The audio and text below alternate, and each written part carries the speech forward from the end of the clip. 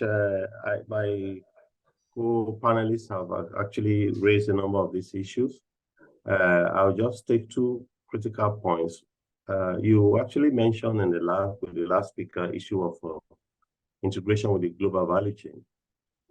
For these SMEs to be able to do that, they must operate within an environment where the horizontal integration of their own economy is done. And Engineer Yusuf was describing to you the scenario that you have in a country like Nigeria, for example.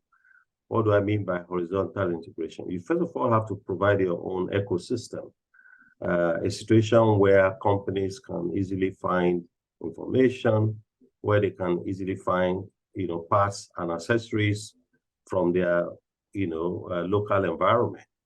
A lot of these firms face enormous issues with the most basic spare parts, for example. So they have to find foreign exchange, they have to find ways out of bureaucratic issues. So first you have to remove those kinds of constraints. Number two is, of course, what I call the incomplete structural transformation in Africa.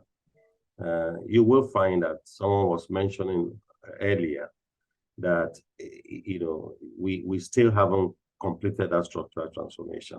Engineer was lamenting about lack of industrialization.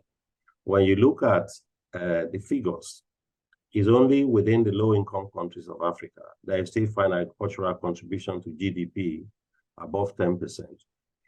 Every middle-income country, you have flipped the figure. You move from an agrarian society to an industrial society where manufacturing contribution to GDP goes far above that of agriculture. So that speaks to the general environment. It speaks to the incomplete structural transformation, like I said. And therefore, you find also they are affected by the general, problems of the environment, lack of skills, lack of the right kinds of education, lack of the right kinds of institutional support.